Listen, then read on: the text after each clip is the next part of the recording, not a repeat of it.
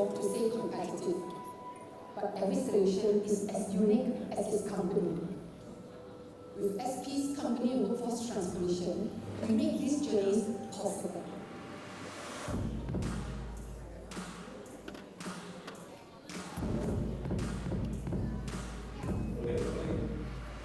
Tasing has been exploring industrial 4.0 solutions for a while, but the path to transformation is not always easy.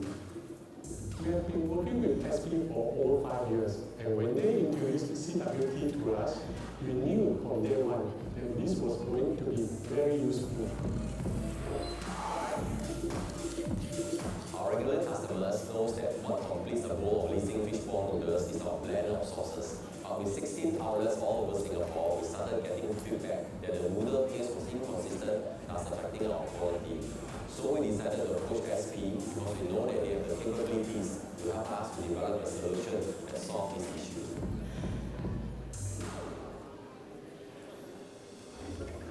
SP's CWT is an integrated platform for enterprise transformation.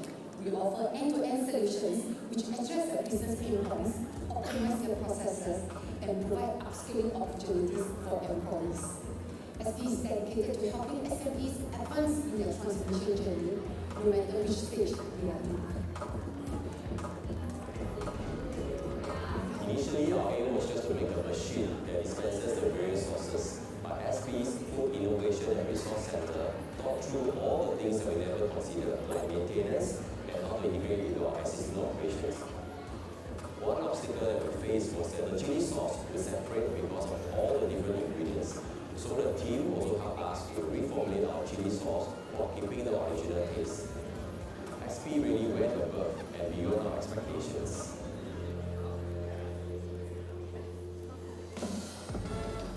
Everything is very hands-on. SP helped us develop a roadmap to see where we could be in a few years' time, and that aligned the whole company to our transformation journey. SP also introduced us to their AME program. We got the chance to travel to Germany to visit Roche and see how Industrial 4.0 enhances the twist of building NMCs. It was so eye-opening because it showed us what was possible for Tasing. Transformation is complex. That's why SP aims to make the process as simple as possible, so that we can encourage more SMEs to embark on this journey.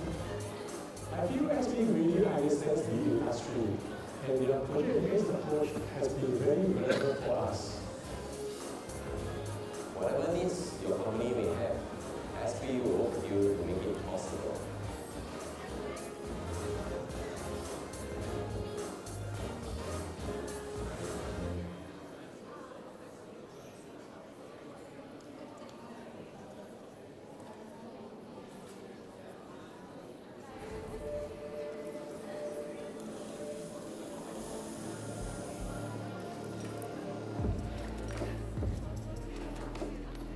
So that instead of this, you can do this.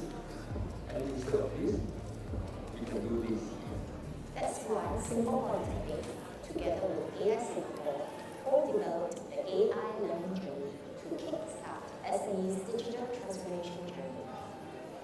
The digital era is here to stay. It is becoming increasingly important for various industries to strengthen their digital capabilities. Through innovation, solutioning, and training, SP empowers businesses to leverage AI, data science, and analytics to support their digital transformation.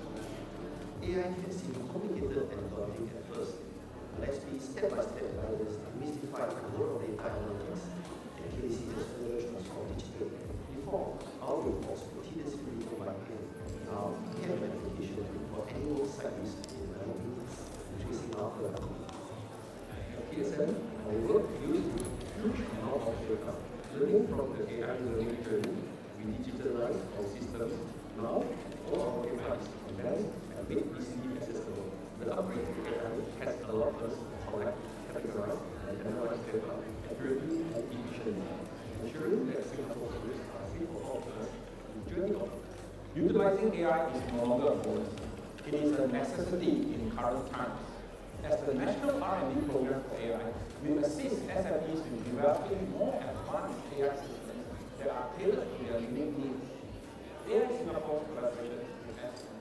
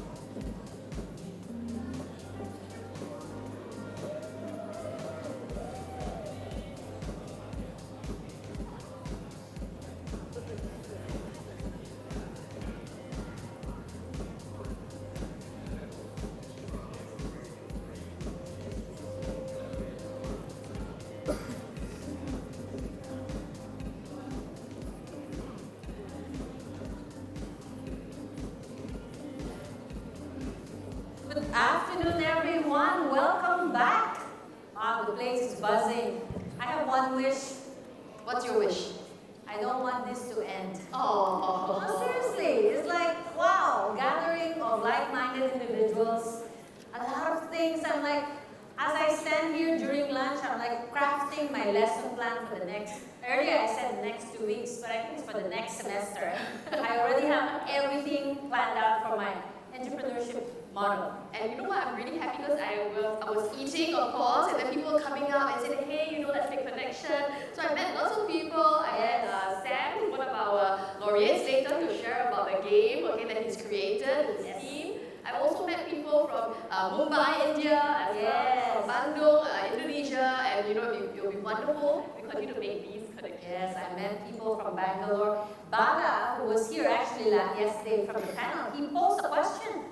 He asked Mario, he said, what is the career pathway for designers? Mario, would you like to repeat your answer? He asked the question, he said, I wanted to ask the question, what is the pathway for designers? If I'm studying it, what happens to me afterwards? So what's the pathway to become a Chief Experience Officer? Here we go. Just a quick one, right? God, I need to remember what I answered. My gist of it was that I don't really see like a path as such or ladders or such.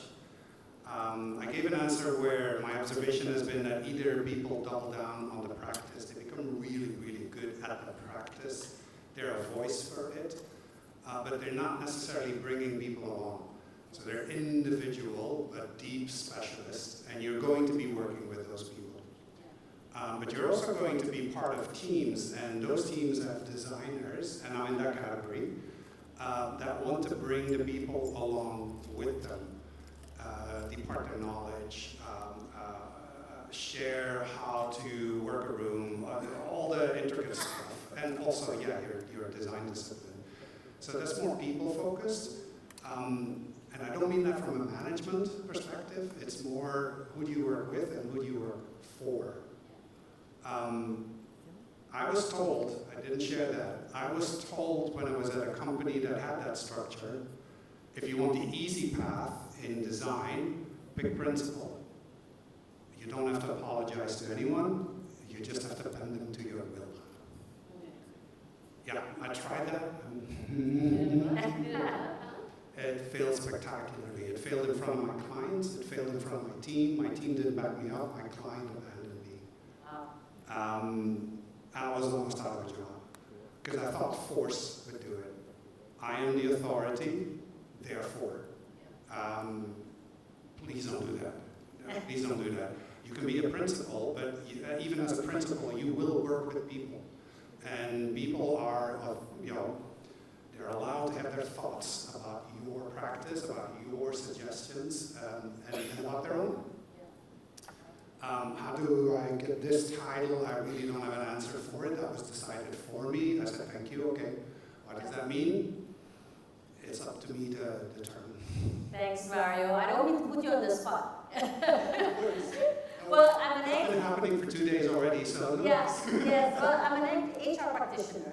So I believe what I said to Bala was in the audience. What I said to him is that in school of business, Singapore Polytechnic, what we believe is that we create impact across domain. So human resources it's across, regardless of what your expertise or domain practices are, you can infuse a lot of this HCD plus human-centered design principles anywhere. I totally agree. Yeah, I was going to say, not only is HR like the butter, I think really HCD plus is. Don, you will be interested about this. I also spoke to someone, I will not name names because I don't want to put people on the spot, but he's from Australia. And he told me that, when I got into this job, I'm the only designer in the company. He said, when I got into this job, they told me to come in and solve problems. Look at issues, do transformation. And now that the problems have been solved, it's time to do the design. And I thought, shouldn't it be the other way around? Right, so maybe, again, something to think about. I love the conversations happening here. I have someone also from Indonesia, from India, saying that they love that we put this together for them, and they look forward to the next one. So I think, Emma, we really should stop talking. Yes. Because I think everyone's really ready to go, okay? And we'll invite, sorry, Mario, if you don't mind, thank you. We pulled you up shortly. We're going to invite now Aznan as well to come up, okay? Because he's going to share a lot with us about the HCD Plus. Yay! Okay, the man. Welcome, yes. Long time to be on lots of work happening for the team. So kudos to him. Okay, thanks, Emma and Lynn. I just thought I wanted to take the opportunity to answer a question that Mario asked the panel and all of us earlier on about what HCD Plus means to all of us. So a lot of the work that we have done at SPE has been a culmination of trying to make sense of the work that we have done with organizations, with agencies, and also to do a bit of capability development, how we can make sense of the understanding of the world. Now, I have this very interesting conversation with Tamsin every now and then about scaffolding and structures, but what we find sometimes when you're dealing with complexity, some frames or some ways of thinking will be a kind of an interesting way for you to kind of unpack that complexity. So what you are seeing behind me right now is what we at SP are calling the HCD Plus Innovation Rosetta. So just like the rose, and I love the terraforming analogy that Mario started off with the waves and all of that, but the idea here is at the heart of HCD Plus innovation is the need to be able to unpack the intersection of four very complex things that will always pull us as designers in multiple directions. And that is, what do we do with our understanding of the people that we're working with, the people that we're working for, as we are trying to design products for them. So now we use the word products as a very generic expression to understand not only physical products, but also services, also virtual as well as real experiences, as well as looking at what can be done in terms of the way that policies are going to affect us. So the word product in this case is a generic term. As much as the word profit is also a generic term for us, because profit is not just about the returns to the shareholders and the stockholders, but also about the value that we bring to the people that we're designing with. So in social services, this could be things like the subscription rate of certain services. This could be about the impact that we have in terms of the ability for people to deal with issues better. So the idea here is the value that we bring through the products that we design must always consider the planet and the impact that it has on this planet. So at the heart of it all, the bud of the rose in this case is that the understanding that the 4 Ps are something that we need to tackle together. It may not be easy to do that, and we do not confess that there will be easy, this is an easy struggle, but there are lenses from which for us to look at these 4 intersections. And what are these lenses? The first lens is to use a very systematic way to make connections and to connect where the dots are. And that's where we feel systems thinking is an important way, it's a very powerful way to kind of like frame that unpacking of things. So design thinking by definition is a good form of design of systems thinking, right? So that's one of the lenses. The other thing is, if we want to make sure that we have a good social impact, we've got to consider what are the issues on social equity and inclusion that we have considered in the work that we have done. What about the holistic well-being? So you guys met Siddharth Chatterjee from the United Nations yesterday. He's going to be running a session tomorrow on deep breathing. Now, how has deep breathing got to do with anything to do with sustainability and innovation? That is the question that he's going to be asking all of us. So what we are trying to do over here is holistic well-being goes beyond that issue of the external climate, and that's where I think Stephanie brought it very nicely this morning by talking about the internal climate. So holistic well-being is something that we must also consider when we look at the individual user experiences as much as we look at the collective, larger social equity issues. And then finally, there are a lot of things that we can learn from nature in terms of its resilience, in terms of its fragility as well. So that's where bio-inspiration is something that we want to be informed by. And then finally, the idea here is, after Simon brought up the idea that it's not just about keeping things at status quo, it's being able to regenerate things. So that the ideas of circularity is something that we also want to kind of like push forward and look at. So the way that we look at HCD Plus is there are complexities that we must lean towards, because those are opportunities of abundance that was brought up by the morning panel. How do we do that? We do that through several lenses, and these are the lenses that we are recommending. And throughout all of that, there is a wonderful, proven process that is very systematically based, that looks at the whole iterative process of a typical design project. So this is our HCD Plus Rosetta. This is something that we have worked on, and we've been inspired a lot from what Don has worked with us since 2023, and also with the book that we have all grown to love. So to answer Mari's question, this is SP's version of how HCD Plus can be unpacked. Hope you find it useful. Thank you very much. Thank you, Azman. And thank you to everyone for putting in questions and likes and comments in Anusha AI. Anil just told me that it's buzzing with a lot of information. So let's coming. Yes, let's keep the energy going as we move into this plenary, this afternoon's plenary. This next session looks at how design and innovation can drive meaningful change across business, community, and the planet. A big theme, right? Yeah. But we do have a great lineup to walk us through. Yes, exactly. So today we're going to be joined by leaders who have been shaping impact in very different ways, from environmental solutions to social enterprise and public sector innovation. Moderating this conversation is Mr. Hong Kai Seng, founder and director of Studio Dojo. He will introduce the panelists and take us right into the discussion. So Kai Seng is also the president of the Design Business Chamber Singapore and a very good friend of ours because he's our amazing vice president of the advisory committee for the Media Arts and Design School. So thank you for always giving back to us and the students. So thank you. Welcome, Kai Seng. And please also join me in welcoming our panelists, Mr. Lee Kok Kin, Chief Executive Officer, Cora Environment, a proud SP alumni. We see his picture at the SP Bridge every day. Yes, every morning. Mr. Koh Seng Chun, Executive Director, Project Dignity, and he was Singaporean of the Year 2024 for very, very meaningful business success. His son was here yesterday, and he just flew in today. Ms. Tamsin Roylick, Founding Director, School of X, Design Singapore Council. Yes. We put all of the comments that she made, okay, as well as the badges. Ms. Yap Zhijia, Director, Creative and Professional Services Division, Employer Strategy Office, Enterprise Development Group, Workforce Singapore. Let's give everyone a round of applause before we get started. Okay, over to you, Kai Seng.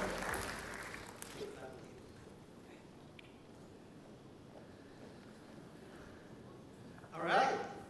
Hi, everyone. We are back and we have the toughest job today because we're right after lunch.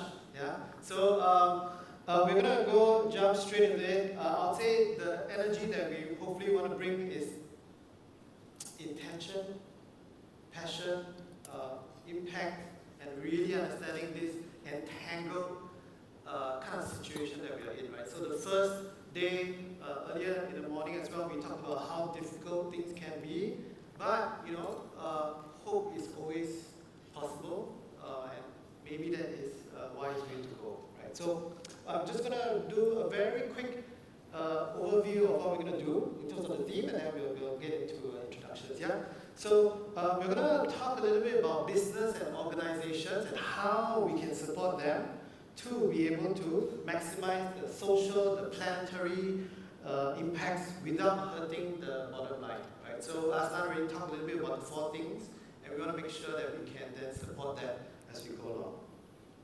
And you know what, to me, design is a great way to spotlight a lot of the things that we want to do.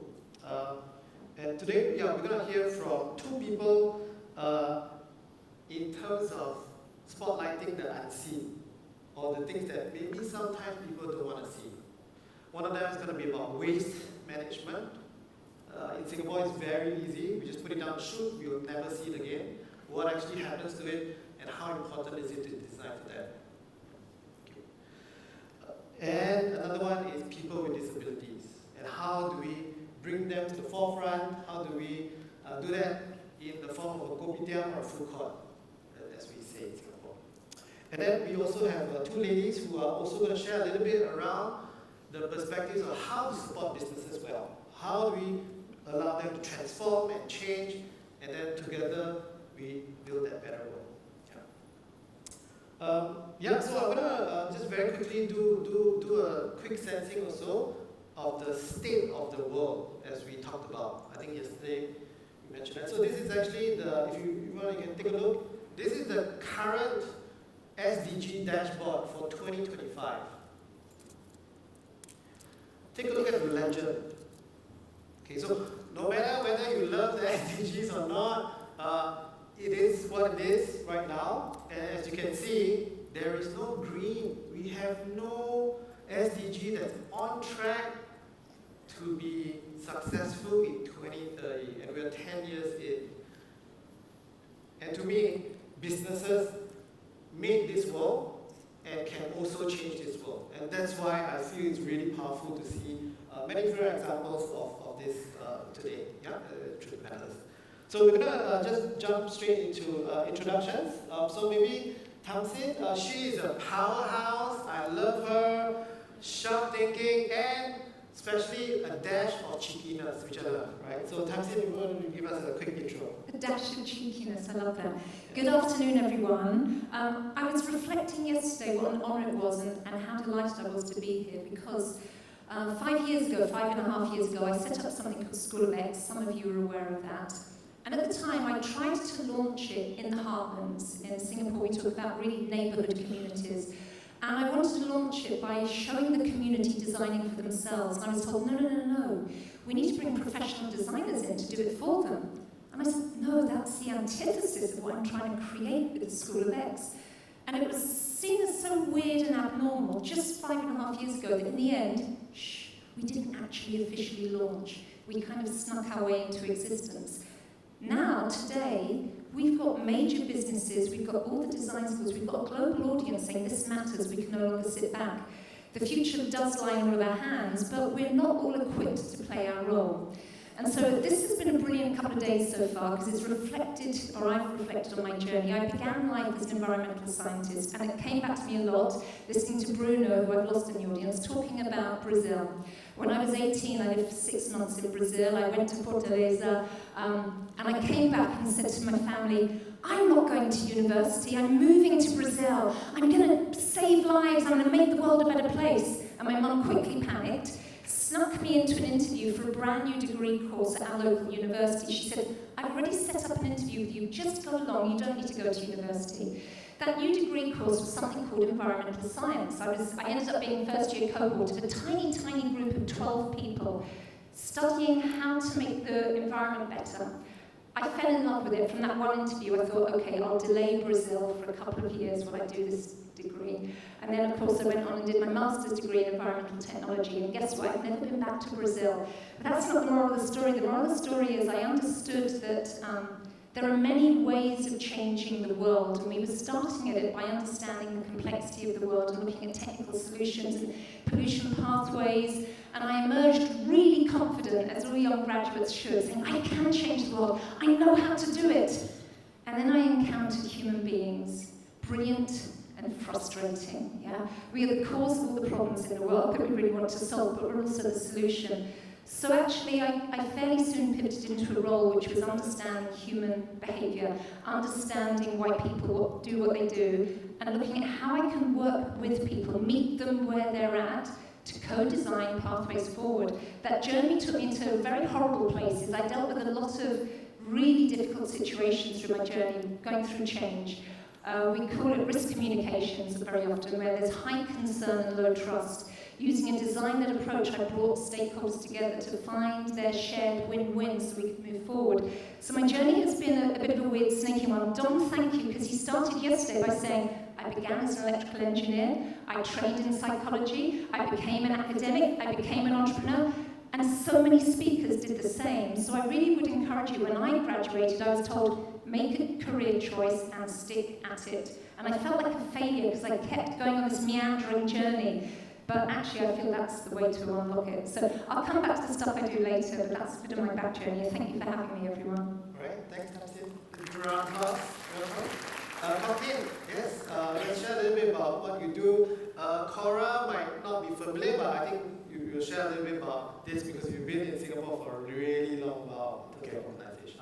First, thanks for having me. I know some of you just now I was introduced by, say, walking down the bridge, you see my picture. Yes, I am an alumni here. That was many years ago, so like 30 years ago maybe. I'm getting old. We're getting old. So, yes, Cora Environment, you may wonder, this name, that logo out there, what does it mean? It looks like a gear without another teeth, right? It's not a gear in itself. It used to be called Sam Waste. You may be familiar with that brand. Sam Corp in itself, you may be familiar.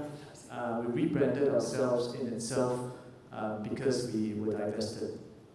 So now we call ourselves Cora. And what does it mean? It simply means doing work for our people, for planet and purpose.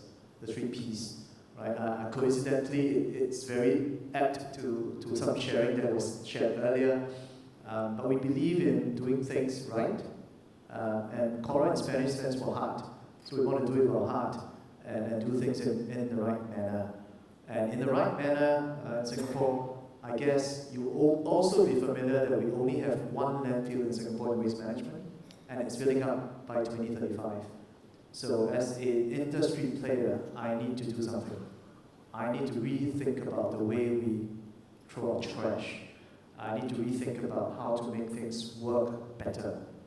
And fundamentally, to make things work better, is us, humans. I need to nudge them in the behavior that I desire them to be. In business school, I was taught behavior is a function of people and environment. You want to get the behavior right, you must set the conditions right. I'm an engineer by training. I can come up with a standard procedure, but that's a sludge. People hate that. They must willingly do things in a way that is telling, fulfilling, and enriching. And so for that, I think I came with a purpose. We rebrand ourselves with a purpose. We're showing a little bit of headway into what Singapore could potentially be like in the next 5 years, specifically in waste management. And so we have a tagline, so that's my last slide. I just have 2 slides. I said we think the waste shape the future. And when we say that, we have actions. Later on, perhaps through the sessions, I'll share a bit of what we did, how we do it, what are we doing, and hopefully I'll get to learn from you as well, because I'm here to learn, right? You can add me on LinkedIn. My tagline: learn, relearn, unlearn. So I learn, I relearn, and unlearn. So hopefully that is something that I will learn from you as well. And thank you very much for having me. Thanks. Thank you. Yes, Sing Chun, you just flew back as well. So you've got a video, but maybe you do a quick 1-minute intro to who you are and show an idea. You just show? Yeah, okay, let's just do it. Okay, can we show the video just to give an introduction? Can you lower the volume? Okay, what you're seeing now is the World 50 Best Restaurant Champion of Change Award, awarded by 3,000 chefs all over the world, and I was sent to London to collect £20,000. The concept is very simple. It's a design concept that creates jobs for people with disability. So what you see just now is old people coming to eat, disabled people cook for you, corporate pay, children engage in one complete ecosystem. It serves the entire community. Elderly, A, B, C, D, walk, clutches, we bring them in.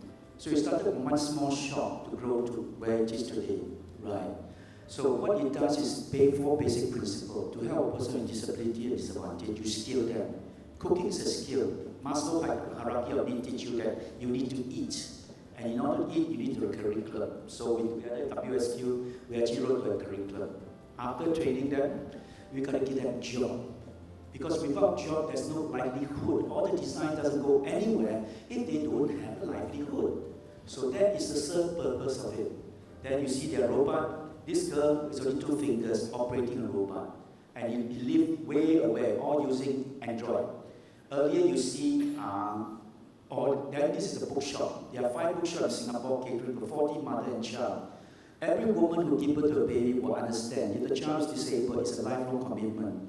I'm not helping the child, I'm helping the mother, the woman, and the caregiver by creating bookshop. And why bookshop? It's a need. You guys got books at home, you got to throw away, give it to me. I create job for 40 of them in Singapore, 40 of them in Hong Kong. And then it's the only social enterprise project that scaled up to Hong Kong. He went there during social unrest, survived the COVID-19. There's bookshop, there's robot, complete by people who's paralyzed, all at home.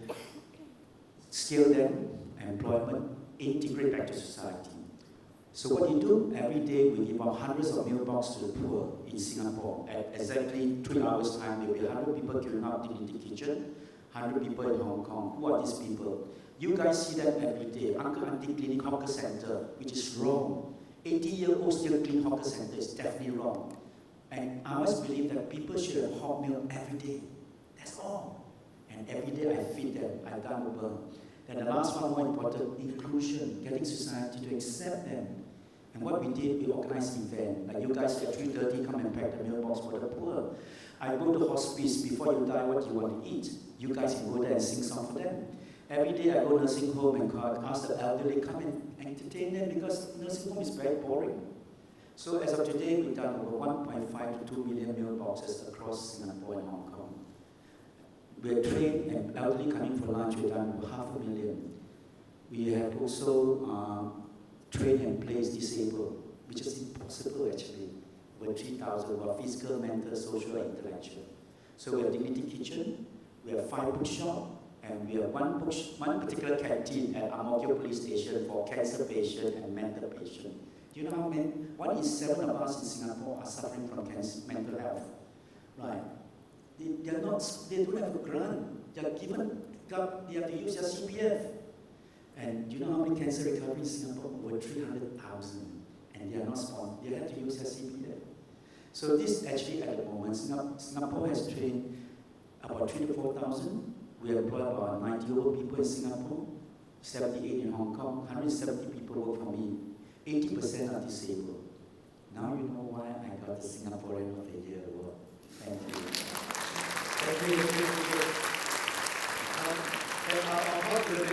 So the context of having jobs for people with disabilities is actually very difficult and very contextual. So if you work with people with disabilities, you know every single person is extremely different from each other. And the statistics actually from SG Enable is that right now, of people with disabilities who can work, 33% get work. 33%. And our target, I think in 2030, is 40%. That leaves another 60% that can work but doesn't work, and they don't have that social interaction, they don't have all these things, the community to support. It's a really important part of the process, and it's very complex and very difficult. Same with waste management, right? And supporting organizations. So, Zhe Jia, I'd like to welcome you to give an introduction, because you, as the government entity of Workforce Singapore, it's important to help organizations and businesses transform, right? So give us a little bit of intro for yourself and the organization. Thank you. Thanks for having me, and it's really hard to be the next introduction after the Singaporean of the Year. I don't know how to beat that. Zhe Jia, I'm Zhe Jia from Workforce Singapore. We are a step board under the Manpower Ministry of Singapore, and our mission is to enable Singaporeans to access good careers. And also we work with employers, including my two fellow panelists, to create an environment, an inclusive environment, so that we're able to create jobs for Singaporeans to access. I'm sorry I don't have a colorful background or a nice video to summarize what we do, but I'll be happy to speak more about what we support employers on later on during the panel. Cool, thank you. So actually I want to pose the question for Gok-Kim in terms of waste management.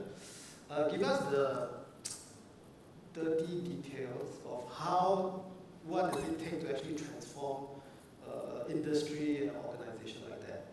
Like especially from a HCD standpoint, HCD plus standpoint, and how design comes into play. Okay, so maybe just give it a little bit of rundown of what happens to the industry. I guess it's a service that we provide that more often than not is taken to some extent for granted, that it's the trash is out of your premises, or you have dumped it in what we call the rubbish chute or hole in the wall. The hole in the wall, the rubbish chute, was made convenient as an efficient way of disposing of trash. And as we speak, what we face challenges here today in Singapore is an aging population. Right. My organization, I have 750 people. My median age in my workforce is going to rise to 55 years of age by 2030.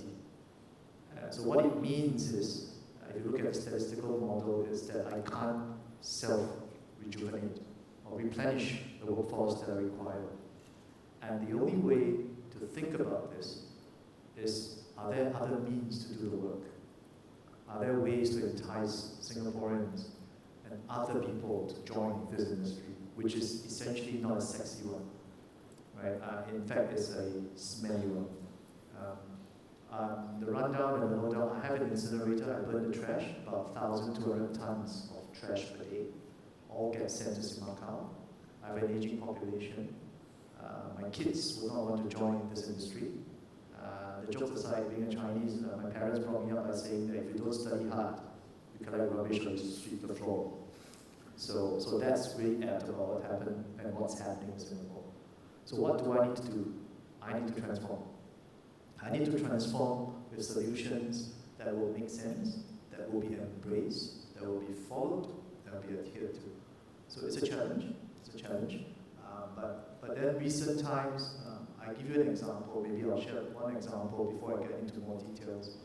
From a very simple, even a very simple change. When I first took on the role 4 years ago, engineer by training were very systematic.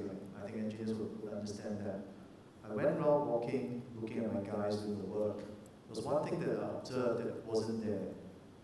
I will always wear safety shoes when I get into a site, a work site. My guys were not wearing safety shoes. I gave them safety shoes, but they were wearing slippers, track shoes and stuff like that. And so I asked them, is there a reason why you're not adopting a safety shoe? Very simple, because Singapore has only 2 weather climate change. It's either hot or wet. So they would tell you, boss, the day it was raining, my shoes were wet, I couldn't wear the next day. And so I said, look, okay. So now I have a challenge, right? Because I only gave them 1 pair of shoes. So the only way to do it is to give them 2 pairs of shoes. But to give them 2 pairs of shoes, I need to see what kind of shoes they entice themselves to wear. Because at the end of the day, all of us would know that you will prefer the brand of running shoes that you will wear on your daily run. The apparel, the attire, the bags, the wallets and the pens that you will love, the brand that you like. So I did an experiment, a 6-month experiment. I brought in a few brands of shoes, different types, different wear, different durability, different colors. They went on a trial, like a fashion parade. At the end of the day, we landed on 2 brands, 2 types. One waterproof, one the other without being waterproof. I paid double the cost, but I gave them 2 pairs of shoes. Today, as we speak, I think if you see my trucks, you could see that most of them, if not all, are wearing the safety shoe of their choice. So for me, that was a very small change, but that got me excited. That was 4 years ago when I started doing this. Right, but today, more things being done. I guess we could share a bit more, but these are little things that if I hear them, but I put in a solution that helps them. Today, I do not need to worry about them wearing safety shoes anymore, because they will wear it. And when they wear it with pride. And now they come telling me, boss, this shoe, there's another design coming up. So now we're doing a refresh. So now they tell me what I need to change, which is good, right? Because it's better for them to tell me what I need to do than for me to tell them what I want them to do. It's the other way around now. So for me, that was a game changer. And now whatever I do is I will ask them for an opinion, for a problem, and I'll try to solve it with them together. I'm sure some of you nowadays are like thinking, how do I get my CEO to think like you? Or can I get a CEO that's like that? So, because typically, if you want to choose shoes, you've got a committee in a boardroom deciding the shoe and then it just rolls out, right? So it's a very different way of experimenting and then getting the user feedback. Any response? I'm going to throw it out there to anybody who wants to add on to respond to this.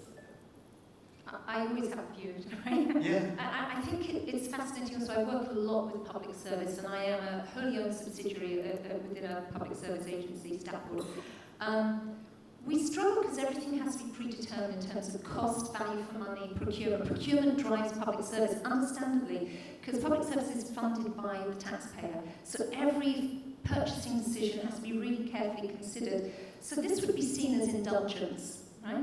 That's the sound truth. It would be seen as indulgence, but really what you were doing is you were framing the question. You were looking at the desired outcome. The desired outcome is I want my workers to be safe, because the risk of them not being safe is they'll get an injury, and then I have other problems. So you were using a systems lens to say, the problem is they're not wearing the shoes, and you start to identify some of the root causes, but the desired outcome is what you need to look at. And very often in many organizations, we're not thinking like that.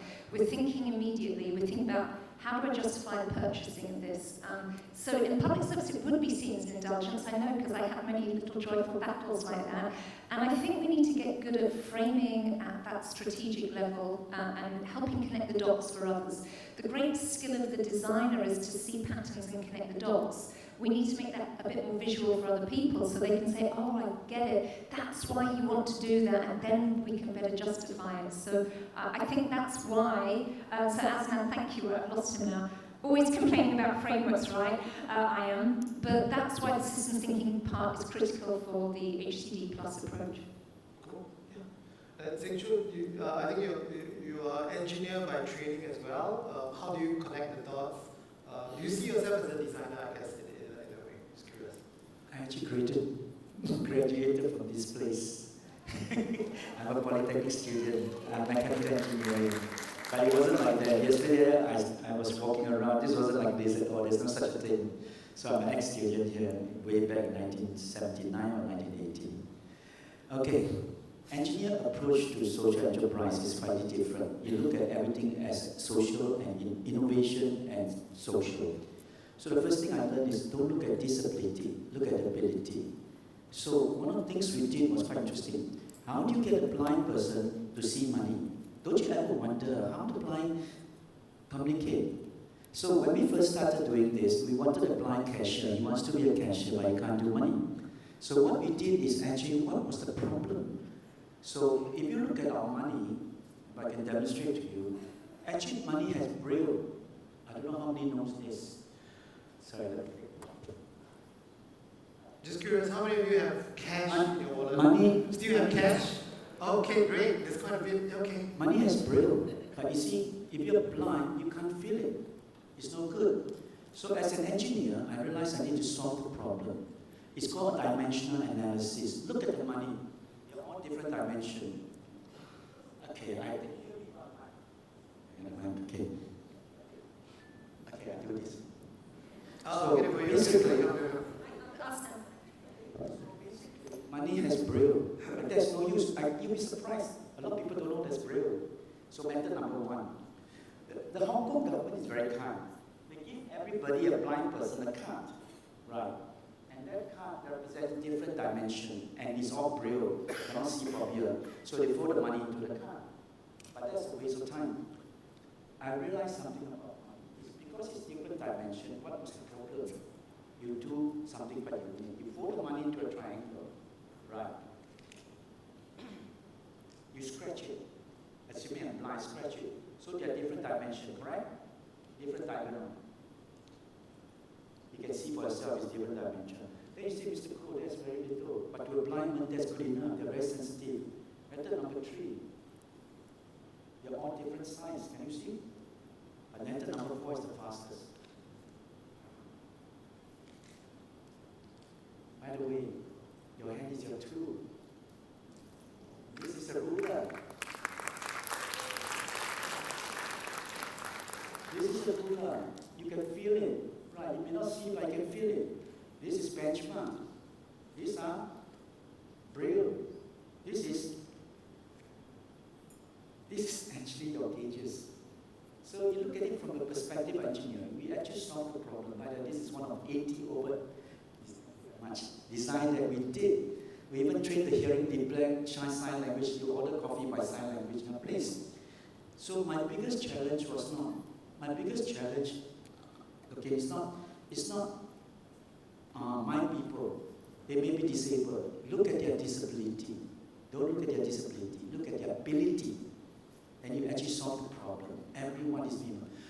There's a girl with a bad hand, how to chop vegetables. We did that as well. There's a whole series of slides. If you're coming on Saturday, I'll show you all the innovation they've done. Even the whole Dignity Kitchen is based on learning. It's called Common Corridor, based on universal design learning, where it's called peer learning. You can make laksa. I also want to make laksa. So you make yourself, you learn yourself. So the whole thing is all compactized into one food, one laksa. But in order to make laksa, you really need the whole learning curve. So coming back to your question is, don't look at their disability, look at their ability. And then you can actually solve the problem. Thank you. Wait. Yeah. The other thing you have to remember, don't look at somebody's disabled. Look at them as your son, your daughter. Is somebody's son, somebody's daughter, somebody's brother, somebody's sister. You solve the problem if you look at it from a different perspective. Thank you. That's like deep empathy, right? Yeah. Awesome. Okay, yes, we can encourage. And I think what's really we are hearing is designing with abundance in mind. Like that abundance mindset in a world of scarcity, especially with that dashboard, is a really important thing. And I think it can really start with design and HCD+, right? And so with all these skill sets, I'm also curious, as we zoom out, right, at a structural level for an entire nation, WSG kind of is there to take care of the workforce. Like, what are the kind of things that you've seen? As you see, Dignity Kitchen is a beneficiary of WSG's work. Like, what are kind of the things that are there for those who are Singaporeans? You might want to understand and tell your bosses that there's this kind of thing. But also for the foreigners, have a sense of actually how the government is working within Singapore to support this kind of skill sets, right? Yeah, thanks very much for the opening. I mean, in the space of design thinking, we don't have something as tactile, right? But what we try to do is to employ the ability of nudge. How do we nudge employers to do more in line with what our national agenda might be? And here what we have been rolling out are a couple of initiatives that I can share a bit more on. So this year we've rolled out the Career Health SG initiative, and we're trying to draw an analogy between what we do in terms of career versus how we treat our physical health, right? So for physical health, it's very common for us to do an annual medical checkup to see where we are, to understand what we might need to watch a little bit more, and then we make adjustments to our diet, to our exercise, to our lifestyles. We want to draw the analogy to do the same for careers. So take stock of our careers on a regular basis and to self-reflect. Is this alongside where I am planning to be? Is this where I want to be? We call this assessing. And then think about, where do I really want to be, and how far am I from where I need to be? And this is where we call chart, right? So assessing chart, and then translating that into a plan. And I think this is an excellent time to do right now as we go into a year-end reflection, stock take of achievements, what we want to do for the next year. So this framework, as Singapore government, we're very fond of acronyms. So if anything, I would love the audience to walk away remembering the acronym ACNE. How do you ACE at Career Health? You first start with assessing where you are, you chart where you need to be, and then bring it into execution in your work plan for the next year. Is career health just an individual's work? We think that it takes two hands to clap. Of course, the individual needs to know where you want to go to, right? Self-actualization. But we're also encouraging employers to be part of this journey.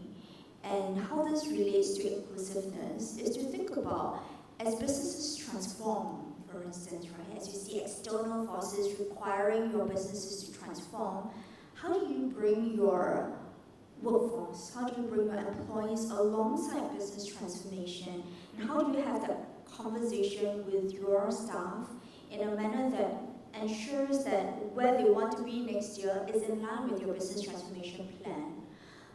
And to support these conversations, Workforce Singapore has rolled out guidebooks to help both employers as well as individuals know the prep work they need to do going into this conversation. Because it can be quite daunting, right, to go in to talk to your supervisors around, this is what I'm doing today. Tomorrow, I would like to do this because this is in line with my longer-term plan. It can be quite daunting.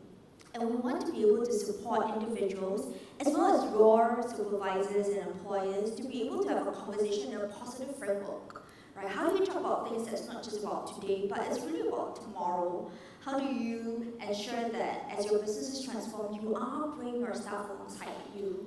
So for those who are interested, we have these resources online for free, right? So go to Workforce Singapore's website, you can download the Career Conversation Guidebooks for yourself as well as to, if you're a supervisor, to prep before your staff comes to talk to you so that you can have a positive conversation in a win-win manner. So that's Career Health SG. Yeah, I think part of it is being proactive, right? So design your job before your boss redesigns it for you. Yeah, be part of the conversation. So we've got a little bit more than 10 minutes left, so I'd love to hear if there's any questions. As you think about it, there are some mics on the aisles, but I'd love to pose back to Tamsin. You're very good at connecting things. Any thoughts hearing from the rest? Any questions you want to pose actually to the audience? Because usually it's the audience posing it to us, but maybe it's the other way. I don't know. Yeah. I think we've had a lot of inspiring, examples here from the government approach, that strategic lens of how we are intentional about building mindsets and skill sets for the future, and very practical examples of what's happening on the ground. And I think actually talk about connecting dots is part of the skill set we need to build across all of us, right? Thank you for sharing that from the WSG point of view. My experience of having trained now thousands of people in Singapore, and a lot of them in public service roles, is people come in seeking certainty, but the future is less certain than ever. People come in really uncomfortable with ambiguity. And I see it a lot, particularly people who are very career hungry. I'm ambitious, I want to be a leader, but why is there nothing clear? Why is everything messy? And I say, hey, well, welcome to leadership. And to me, it's part of that journey is how we help people get comfortable with things that are very different. And we've heard a lot of examples about AI disrupting. AI is a great tool, but I sometimes feel like a bit of a Luddite in terms of the way I'm deliberately not integrating it into my programs. The reason being this, Mario, I love the way you described yourself as a designosaurus. Yeah, I'm definitely proudly one of them. I was running a workshop recently with a bunch of Gen Zs, and they were saying, we're going to do a generation slang game, and they had millennials, Gen Z, Gen Alpha, and I said, hey, what about the Gen Xers? Their answer, what's Gen X? Oh my goodness, the best generation. Anyway, but it was so far out of radar, right? When we grew up pre-Gen AI, and in fact pre-internet, we had to learn to look for patterns. We had to build the muscle. And I remember when I was revising for various degrees and so on, I would have to go to Covent Garden, to the Science Reference Library, and spend days sitting in that library looking up scientific references, handwriting them all out, and learning. And this was forging neural pathways in my brain. Then working through, and I've spent a lot of my career working in high concern environments, bringing stakeholders together. You learn to think quickly on your feet when you're seeing anger, lack of empowerment, being ridden roughshod over. Okay, let's calm things down and understand what's going on and how can I connect the dots. My concern when I'm training people is that if we use AI to help, they're not building that muscle. So I think I'm very intentional about saying when my students are doing design research, do not use a survey form. Sorry, unpopular view. Asna knows my unpopular views. I refuse to let them do surveys because that doesn't actually allow you to generate insights. It allows you to validate stuff. I refuse to let them use AI to synthesize their data. Tough luck, right? Because I need them to build the muscle before they know how to use the tools. So I think that's also what we're hearing today. It's grounds up. We need to start building those muscles so then the tools work with us rather than replace us.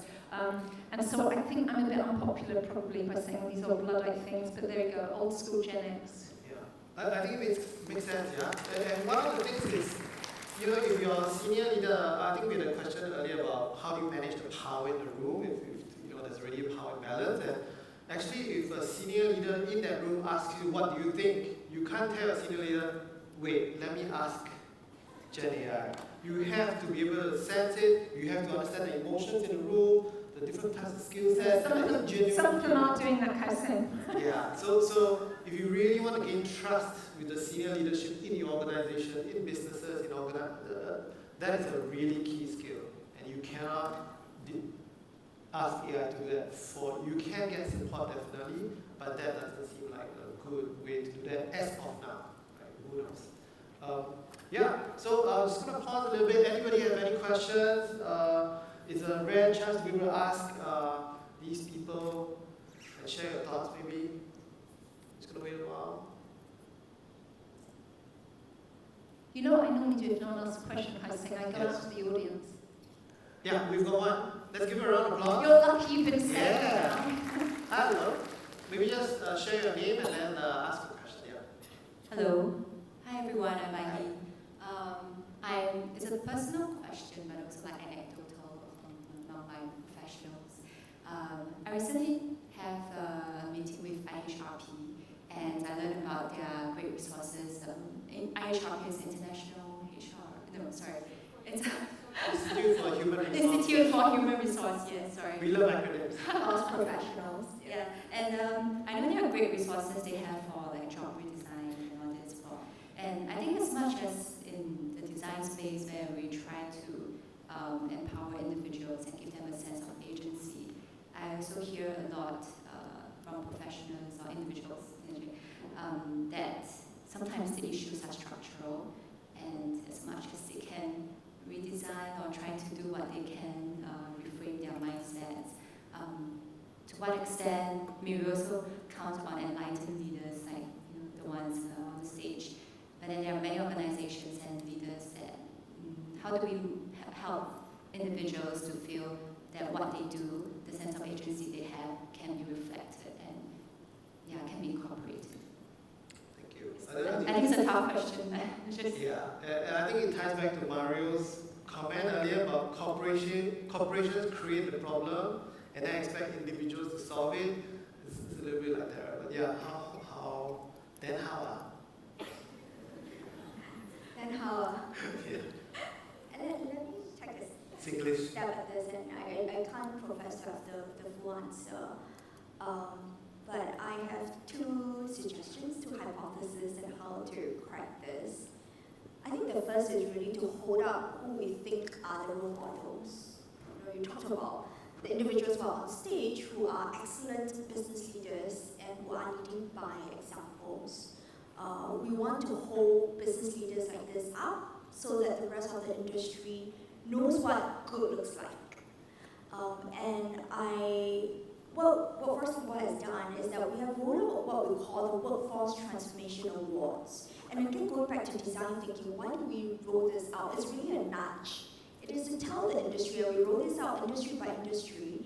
It is to really tell the industry today, and we roll out our ministers, our political office holders to give these awards because we want to say, if you're in this industry and you want to know what is a good business leader, what does good look like in terms of HR practices, this is good, right? So we put them up so that for the industry there is a role model that they can work towards. So that's sort of one way we are trying to do at the system level. The second way, I think, really is in terms of talent attraction and retention, which is that good employers will be able to hire and retain more talent. And I can use the second part answered. And this year we have rolled out the Singapore Opportunity Index. I think you might have seen it at the IHRP's recent forum, which really tries to highlight who are the good employers, and there's a matrix in which they select good employers, and through that, voting with your feet is going to be a very powerful tool for employers to realize whether or not they are good, right, in terms of their HR practices. And I know this is coming from a very systemic environmental area, and maybe what you're facing is very sort of specific to an individual. And that's really sort of my third point, which is that maybe within what is within your control, see whether our resources can help you to have a conversation in a calm yet logical manner, right? Bring the issue to light in a very hopefully non-subjective manner, so that hopefully the person you're trying to raise the issue to can also be quite open to your suggestions. Actually, it's not specific, but and it's I think anecdotal, like across the board kind of issue that we are thinking to address. But anyways, it's still more from a systems point of view, like design point of view, and how do we go about addressing issues that we see to be structural, and then versus helping to design and give. Tamsin, you want to go first, and then Kokin? So maybe a little bit of the lens, like structurally, I collect rubbish and I burn every day, right? And then I need to make it sexy, like I said. Then I need acronyms, being a Singaporean, learning from the government, So I came up with an acronym. If you follow my website, cora.env.co, there's this acronym that we came up with, and it's a famous portrait called Mona Lisa. I use Mona Lisa as the acronym. It's trademarked, by the way, so don't worry, I'm saying this. I'm not going to get myself into any situation. So MONA stands for Mixed Waste Off-Site Normative Assessment, essentially waste profiling. I'm using AI to then be able to profile the waste for those that I could recycle instead of being incinerated, because a large chunk of the waste in Singapore is incinerated. So we follow a standard, engineered by training, so the system thinking tells me follow a structured process. So ASTM 5231. Once I do that, I will be able to know what kind of receptacles to put in to collect the recyclables. And then LISA comes in. So LISA stands for Landfill Incineration Strategic Avoidance. Why landfill incineration strategic avoidance? Because in Singapore, there is only one landfill. We can't build another landfill. So for that, we need to divert all the waste that I send to landfill post-incineration. So I do that with receptacles, I'll be able to collect, and after that, once that's done, I would then be able to get supply. From an economic point of view, supply demand, I think you guys got the economics, you would know that. Now, I need to find demand off-takers. In this case, recyclers. Singapore is an island state, we hardly have any recyclers. Even if we have, it's in very limited volume and quantity. So I need to find recyclers of Singapore, namely our neighbors up north, Malaysia. And for that, when I do that, people in Singapore do not believe that we're doing recycling. Right? They said, no, I throw the trash or recyclables into the blue bins, all gets burned. To some extent, I'm not saying it's untrue, 70% is contaminated, and that's why it ends up in landfill. So by doing Mona waste profiling, Lisa collecting it very dedicatedly, I must be able to find recyclers. So then, me, myself, and my team came up with a network. We call them CLPN, Closed Loop Partners Network. We basically collect the receptacles, the recyclables, and send it off to a third-party recycler. But then again, the other word that I learned is Cora cannot own self check own self. That's not going to work in Singapore. So I found a third-party accreditor, which is this company called TUSU, or TUV, as some may be familiar with, and I get my recyclers certified. They're certified according to certain standards, and we call them the Cora Responsible Mark. And these marks are bronze, silver, gold, and platinum in different stages of their maturity.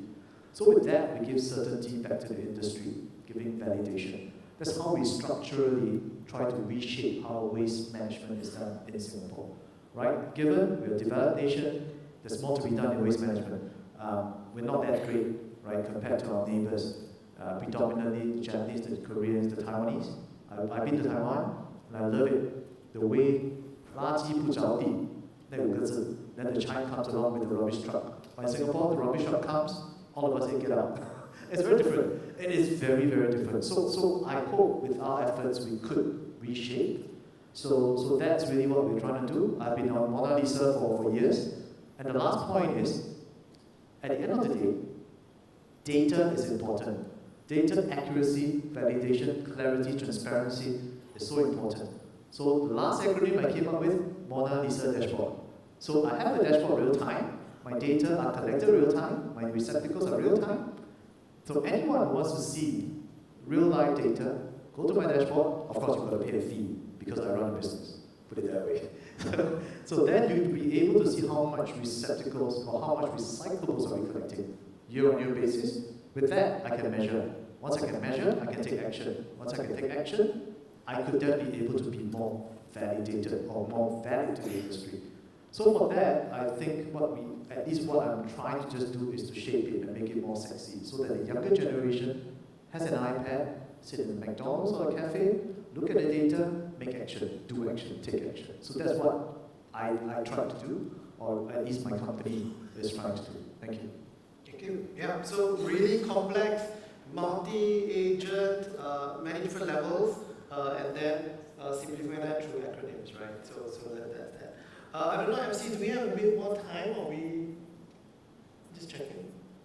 Just a bit more. Okay. So, Tauzi, anything you want to add? Just a short 1 minute one. Yeah, I think actually what you've heard there is, if you're in an organisation and you're trying to get the organisation to shift, we've all been in organisations where we're frustrated by some of the cultures, some of the processes, some of the bosses. Make it relevant.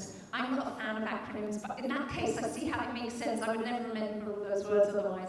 But what matters to your boss? What matters to your organisation? And how do you make what you're trying to get them to do relevant? And from my earliest days, it's how I understood, I hate the phrase playing the game. I'm going to help my organisation achieve to a certain extent what matters to them, but see if we can do it in a different way. And so this is where you need to bring your design lens to the process. We actually in School of X have had teams come to us in the past to say, we're dealing with a massively toxic problem in our organisation and we're broken.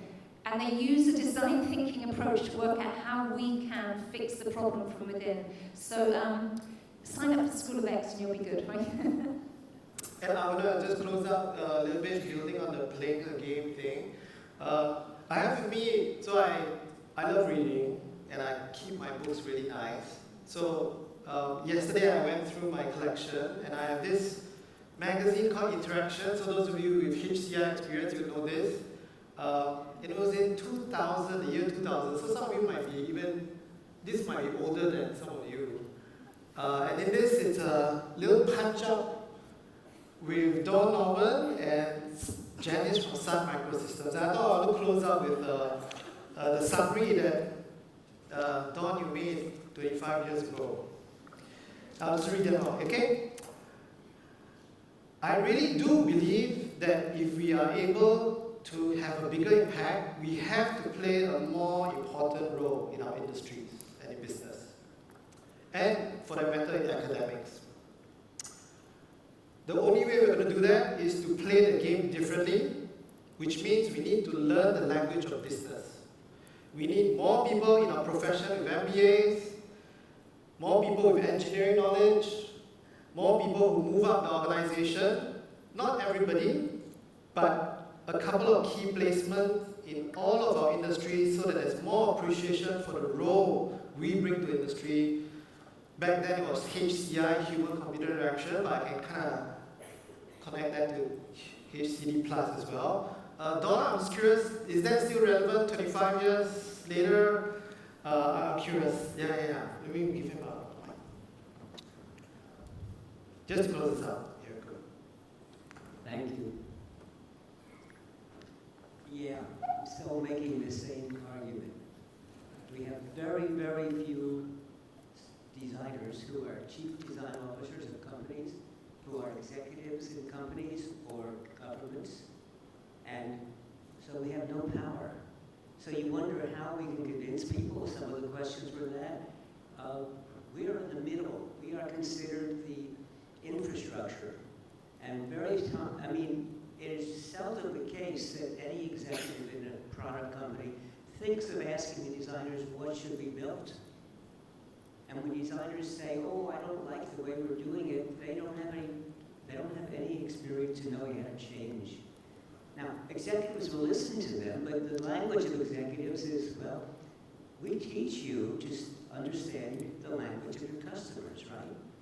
Well, one of your most important customers are the people you work for, and their language is spreadsheets, finance, profits, losses, costs, margins. Now, you may not like that business, but it's essential because if a company is not making a profit, it goes out of business, and so it doesn't matter how good the company is. So when you have a good idea, you have to pitch it in a way that makes good business sense so they can understand you. So it's actually, I was surprised when I showed that article just before this session to look at it and to say, that was a long time ago. I didn't even remember the debate. But yes, those are the very same words I'm using today, which shows you how successful I have been.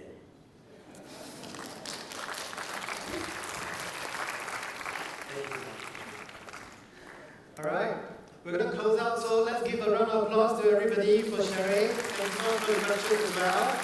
I think we're going to have enjoyable, exciting learning journeys next. And signing. We still have one panel, okay, but yes, and first we thank our speakers, our panelists, but we take a picture together, of course. We cannot miss the photo op.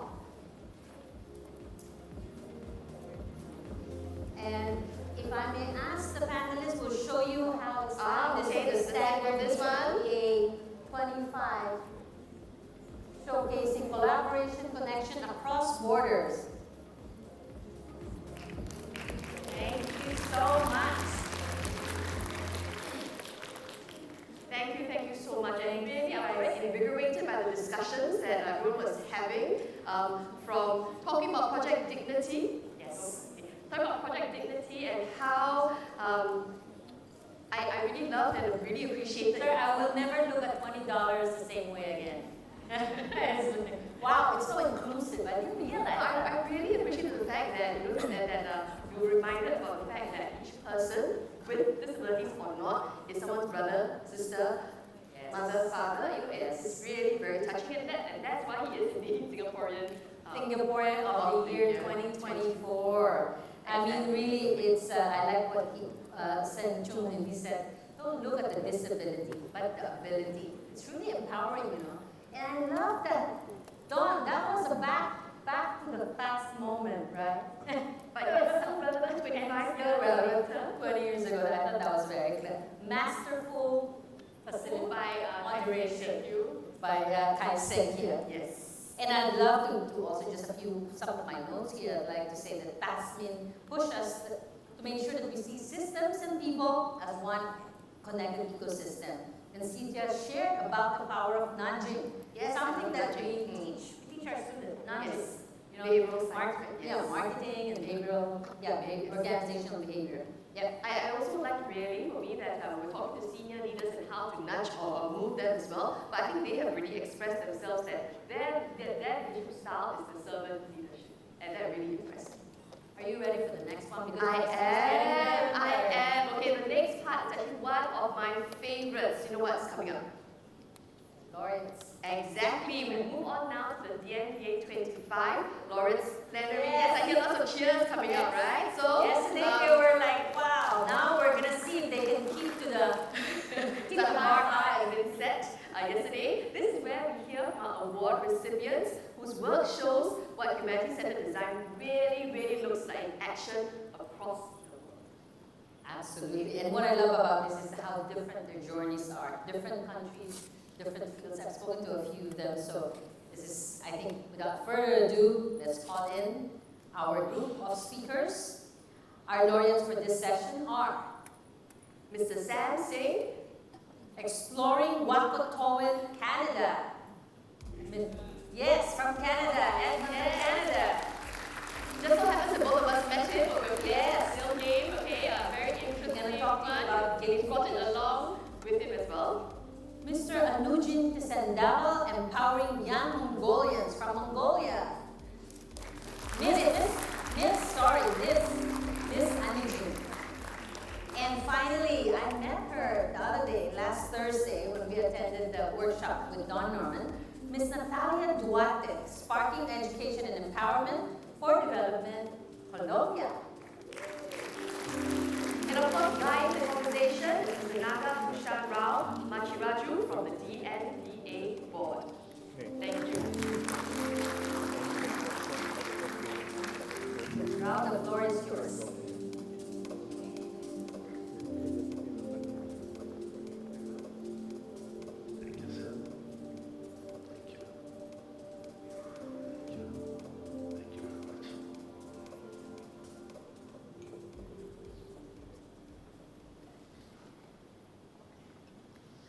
Good afternoon.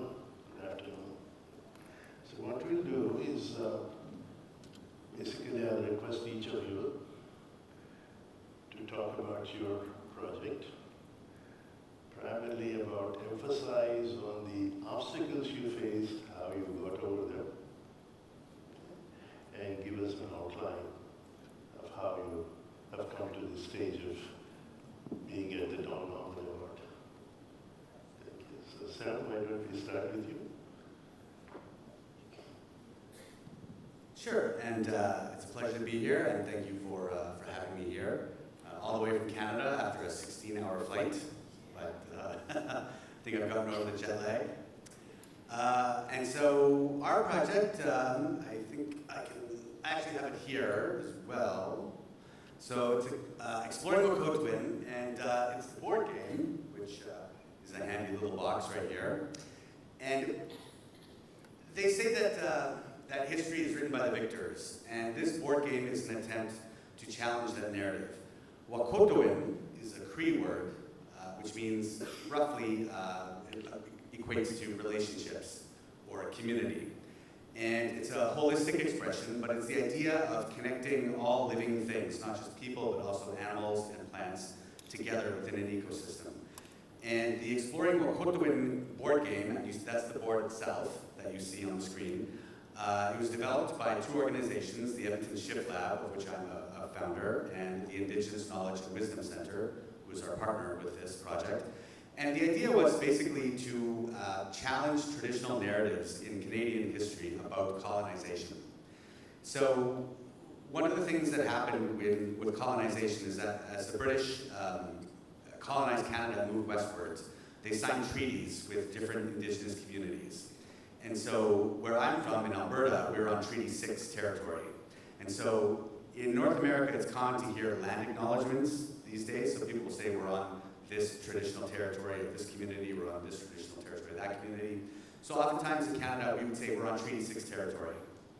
But beyond that, people didn't really know what does that mean. What is the treaty that is supposed to bind the Crown, which is basically the Canadian government and the Canadian state, with the different First Nations or Indigenous communities that assigned that treaty. So this game is basically designed to show what was the understanding of treaty, what the treaty mean, what was the expectation on the Indigenous side. We've all heard the story from the Crown side for many, many years. We've been taught what that perspective was. But this is a way of kind of challenging that narrative. And so we did it through a collective, that's the team right there. And it's a mix of people who I would say are Indigenous, settlers, and also newcomers. Because we find that as people who immigrate to Canada, a lot of them don't know anything about Indigenous history or how things came to be. So this game was created as a collective effort between these three groups to kind of put us all on the same page, where we can all understand together what was this history that we all shared together. And one of the interesting things is that we used the human-centered design process, as you see in the one on the diagram on the left, which is, we've adapted from the Stanford Design School. And you've got that sort of conventional cycle of empathy, defining, ideating, prototyping, and testing with the community. But then what we did on the right was we created something that I call a triple helix. So we took in design thinking, which is, for me, it's a way of zooming into a problem. Systems thinking, which is a way of zooming out and looking at it from a really broad perspective. But then we also added indigenous epistemologies. So we added primarily three epistemologies that looked at how to make sense of these events and how to kind of further understand these perspectives. And I don't want to say that indigenous epistemologies can apply to all indigenous communities, because that's not true. The Cree would have different thoughts compared to the Anishinaabe, compared to the Mohawk, compared to the Lakota, compared to the Navajo. In North America, all these different groups would have different perspectives, different histories, different visions. So it's not meant to be something that would encompass all of those views, but it would introduce some of them. And so things like two-eyed seeing, which is a way of looking at how communities make decisions that affect the future and the past, or seven generations thinking. So for example, it's been said that sometimes when indigenous communities make big, huge decisions, very landmark decisions, they think about how will this impact our community 7 generations from now? So thinking, decades and decades into the future. And so we wanted to incorporate some of that belief system into this game, because it's one thing to teach history, but it's another thing to live it. And we find that with gamification is kind of the best way to do that. Because it's only when you are immersed in that kind of environment that you actually learn what these worldviews and perspectives are. It's one thing to tell a person what your thoughts are, but it's another thing for them to internally understand it and on their own level. And so that's what we wanted to do with this game. Sam, can you tell us what was the underlying reason you ended up with this game notion? Did the game idea emerge from the First Nations people, or is it emerge from somebody who is trained as a game designer and such? We had one game designer involved, but it actually came up as an anti-racism project. So the Shift Lab is, it's a community initiative that looked at anti-racism in the context of Edmonton. So actually I brought another project with me. So we created a brochure, which is basically an active bystander brochure. So what this is, and I've got lots of copies that I can give around. So what this is the brochure to show people how to engage when they see people being racially or sexually harassed on the street. So all of these initiatives, and so it's based on local stories, it's written as a cartoon for people to learn from. And so all of these initiatives are basically about how to challenge racism. And so in Canada, a lot of the racism that people experience is Indigenous people experienced a lot of the racism because of colonization. And so this game is basically meant to be a rebuttal to colonization and a way of challenging the dominant narratives that we've had up until now. Thank you. That's brilliant. Thank you very much. Yeah. So please. Good afternoon to everyone. My name is Anu. I am a human-computer interaction and humanity-centered design practitioner. And today I wanted to show you all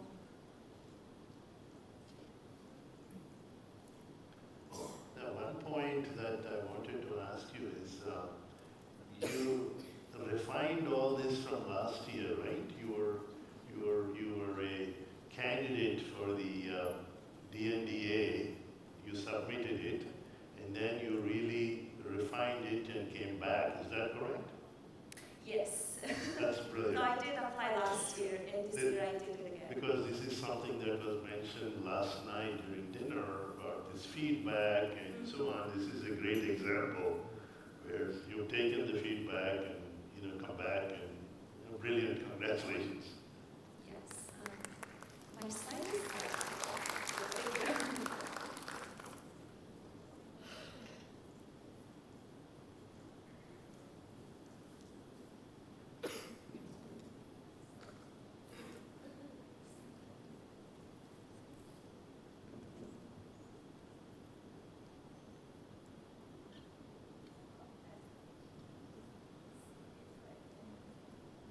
Okay, so yeah, my story. I grew up in a Gobi Desert, very suburban area of Mongolia, and I left home when I was 16 to study abroad at 16 years old.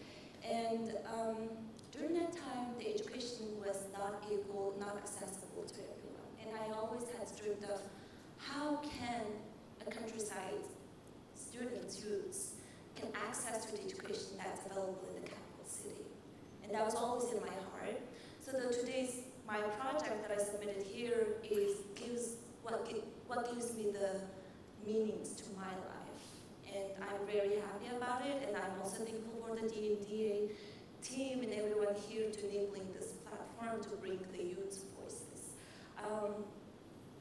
Otherwise, it would never be heard, and you would never be able to see what Mongolian youths in the suburbs be able to accomplish something that's meaningful, also good to the planet. So my project's name is Empowering the Youth in Mongolia, and my project is Empowering the Youth in Mongolia.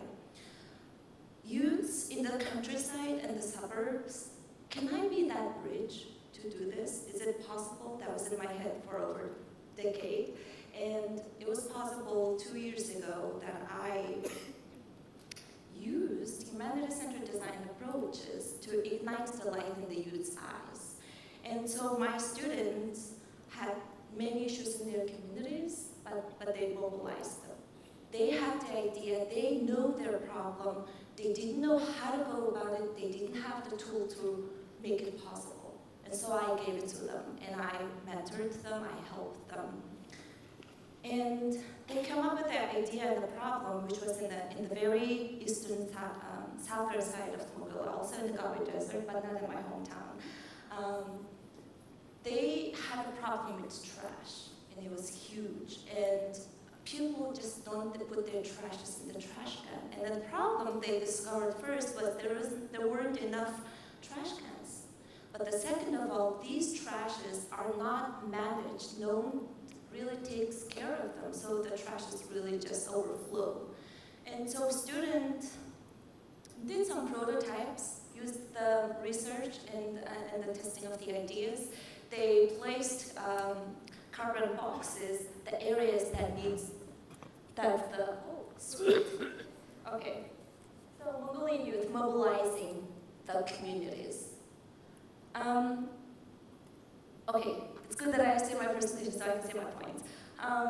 Starting from saving the snow leopards, living with the snow leopards and sustaining them, to the reducing the peer bullying, to making the trash cans possible, and also the sustainability of the planet.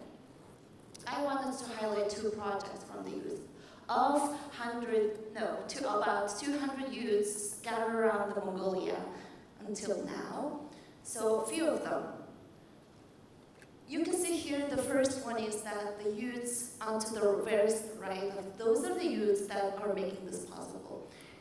At the top left, you see a Google map, and that's the very small town, about 3,000 people lives there, but very little trash can, maybe 10. So youths discovered the problem, placed the cardboard boxes everywhere, so they observed it for about 2 weeks, how these trash cans be filled up, if they are useful or not. And then what they did was they talked to the authorities. They actually raised their voices to tell their teachers, like, we need to do something about it.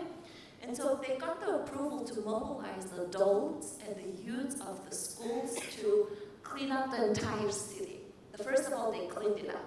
And then what they did was they pitched their ideas. We have this idea, and then they turned gas tanks into trash cans, and they had the design of it. They did the design, and then the gas tank company donated them. And so then they pitched their ideas to other communities so they can make the, I don't know the English word, how to say it, but wheel them into trash cans, and then they painted themselves. And in Mongolia, this started in the winter, and then up until to the summer, they had this idea: if you give us your plastics, then we'll give you a small frozen yogurt. It was a hot summer on the Naadam festival of Mongolia. It's one of the 2 major holidays. One is the Naadam, which 3 means games. And so they had a bunch of food, and then they donated lots of yogurt. These yogurts are also came from the communities. So these youth had no money, but they made it possible without out of the pocket, without any prices. Only thing that they was mobilizing the entire community to have it possible. Not only that, it started 2 years ago, but how are we going to be sustainable with this? So students, last year was still mobilizing the youth. This year, what they did was they have collected about 187 kilograms of plastics from the community. They collected them every 3 months. You know that this is a small city, so they have provinces. These provinces, they sent these to the 200 kilometers away to the main province in Sanshan, and so they could send it away. Because they don't have a recycling system, that's how they go about it. 1 kilogram of plastic bags is only few like point cents, but it's nothing to them. So what they do is they don't get the return of the money that what they're doing with this plastics, but the person who is doing this, delivering this, gets it, because it goes into the gas of the car that's doing the delivery. And so they themselves really just go about collecting the trashes themselves and then telling that if the trash can is full, call this number so they can tackle any. Okay, the second project that I want to highlight is a little story. My sister used to be an elementary teacher who had a deep love for children. Little did we know she was soon diagnosed with esophageal cancer, one of the most prevalent types of cancer in Mongolia. She was in the 3rd stage. While we were unsure of the exact cause, I personally believe that it stemmed from the food she consumed, such as meals starved for 2 days, water from the oil tanks, and the dishes that were not properly washed. After her passing, my entire life made the decision to stop using the tanks. Although other water tanks are more expensive and heavier, they are not worth the risking our lives. I refuse to lose anyone else to this devastating disease. This is one of the story of my one youth in the capital city that happened this fall. So she shared the story, and then we didn't know what you were talking about. It turned out that these youths to the right found out that in Mongolia, we have we are a dairy heavy country. So we have horse meals, cow's milks, and water. We store everything in this blue container. And this blue container is everywhere. Non-festivals, suburbs, countrysides, and everyone uses it. And so that was the story from. And she shared this, and this is the major problem. As soon as she got out of the school, she found out that, yeah, there you go, you can see the Eric is stored in this blue container in the right top image. And they worked with the community, again, no money, but the ignited souls and the courage to change. So they talked to the professionals in the hospitals and the people who can mentor them and advise them and pitch their ideas. And they even collaborated with the company. They really loved their idea. They wanted to support them. So these white tanks that you see on the left is the eco containers that is a substitute this blue container. And they did the whole entire experimentation of storing the water in the blue and the white container, and then they did the lab tests and got the results. I don't have the images of the results here, but of course there is improvements, and they found the solid evidence of this is what we want, this is where we want to go. So what are you going to do after all these results is that, well, they talked and got the advices, and they wanted to change these blue containers in the families that has it, in the communities that has it, in the suburb outskirts of the capital city of Ulaanbaatar. And so they're gonna change it, and they're gonna get the blue container themselves. But then what are you gonna do with the blue container then? And then they say, well, we thought about the whole ecosystem. So while we were talking to the doctors, we discovered another problem, which was in the countryside, in hospitals, with their disposals, they just burned them. Can you believe it? We're talking about sustainability, but they just burned them. Wonderful, Anja. Thank you. Yeah. There's so many stories. I just can't wait to learn more. And let's make sure in the interest of time, I don't want to ask you any questions now because we want to save quite a bit of time for questions to everybody. Okay. Yeah. So let's go to Natalia. And Natalia. Yeah. Yeah. Okay, ¿me permite?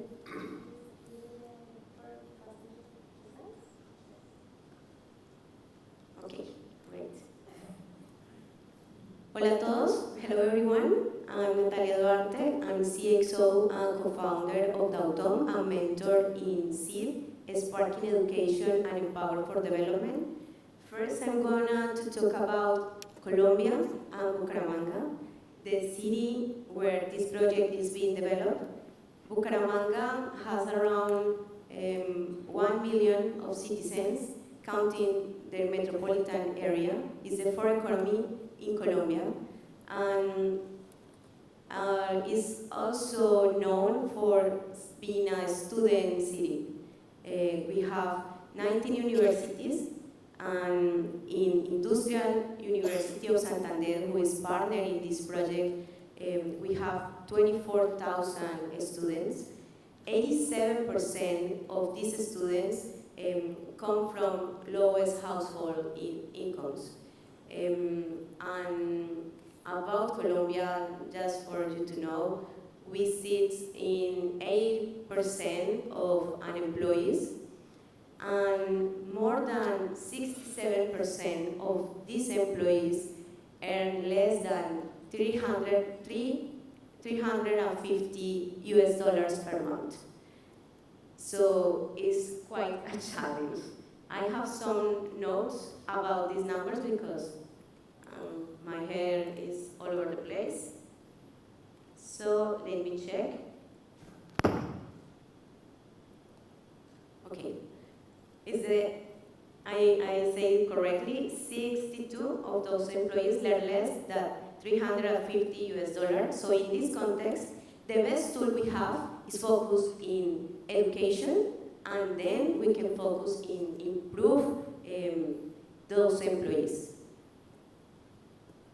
After COVID, we at Dautom partnered with the Industrial University of Santander to create SEED. SEED is a modular student-focused IIoT platform for teach these students the skills that were needed in industry and manufacturers to drive the challenge that we're facing to moving in the fourth and fifth revolution. In Colombia, we are stuck in the third revolution, and we're trying to move forward to 4.0, and also with AI, we are now facing this challenge to actually deliver solutions and improve our industry to be more competitive. So what we do? We integrate in a single platform, an unified platform, 3 use cases, case studies for real industry. One is an experimental microgrid lab to address energy transition challenge. Another one is automated plant nursery to explore the possibilities of agroindustry. And one quite different is a radio astronomy station to address space exploration. And we have observation in Colombia and also in Antarctica. Also, we are including in this platform the learning models.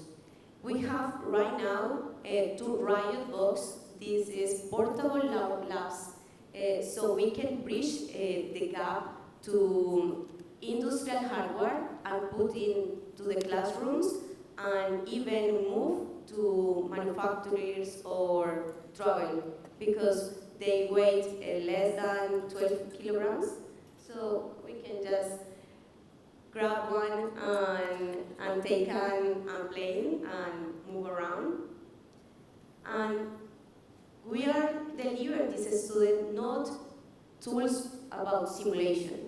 This is real student, real use cases, real hardware, real software. What we are facing, real challenge for make better practice. I'm going to change. How we are contributing to the SDG goals. So, SEED address both SDG 4, quality education, and SDG 1. And we are breaking the cycle that keeps this student stuck and frustrated. And we also see this frustration is also in the professors and also in manufacturers. Because right now, the 50% of manufacturers and industrials cannot find the right people with the skills that they are needed for change and lead a great digital transformation journeys. Our approach, open architecture, highly documentation, multidisciplinary team, sustainable and autonomous, visually appealing and user-friendly, and versatile and scale. Okay. The numbers tell a story, but the real measure that we want to highlight is how this changed the mindset of the students.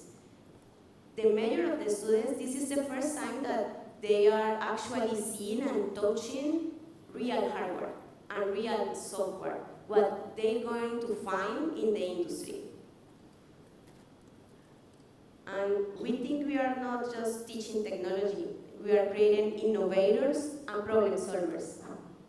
We need more problem solvers than certificate keepers. Right now, for example, in my company, we doesn't take into account their CVs. We are taking into account what values, who they stand up, and actually what can deliver, what can they solve, what is their proposals, of what they want to be remembered. You know, so we are trying with this to encourage to create for themselves the future they wanted. In Colombia, also 80% of the companies that 80% of employees are generated for small and medium companies. So we want to encourage to travel for digital transformation journey to be more competitive via work company for the best for our country. Also, the students, the majority of the students want to leave Colombia. Today? Yes. Let's in the spirit, we have 15 minutes. Okay. Let's in the spirit deeply engage everyone in the audience to think with us, to co-think with us. So let me pose a question to all of you. Okay. If you had to use only 5 to 10 words, only 5 to 10 words, what do you say to this team here, to everybody, that they would stop doing what they are doing and would want to devote to come and support the work you are doing? Just say it in 5 to 10 words, that passion that you have, that what brought you here, what you have done. You want to be able to do that. So you want them to co-think with us and say, gosh, I have not been doing very meaningful work. You're doing tremendous work. I want to follow you where you lead. So 5 to 10 words. We don't need to say a lot. I'm going to shut up and I'm going to ask you, sir, ask your manager, ask you directly. Well, for me, it would be buy the game. Great.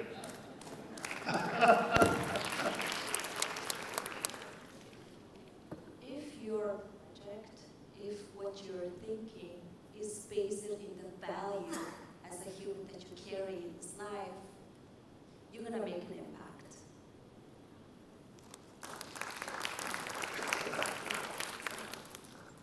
Okay, I'm going to reduce to a mission. What is your mission? What do you want to live in the world? And then you can do whatever you want. Make eye contact with everybody. And actually, we want to invite you of something. This is an open platform, an open architecture, and we want to scale up. We want to integrate more use cases.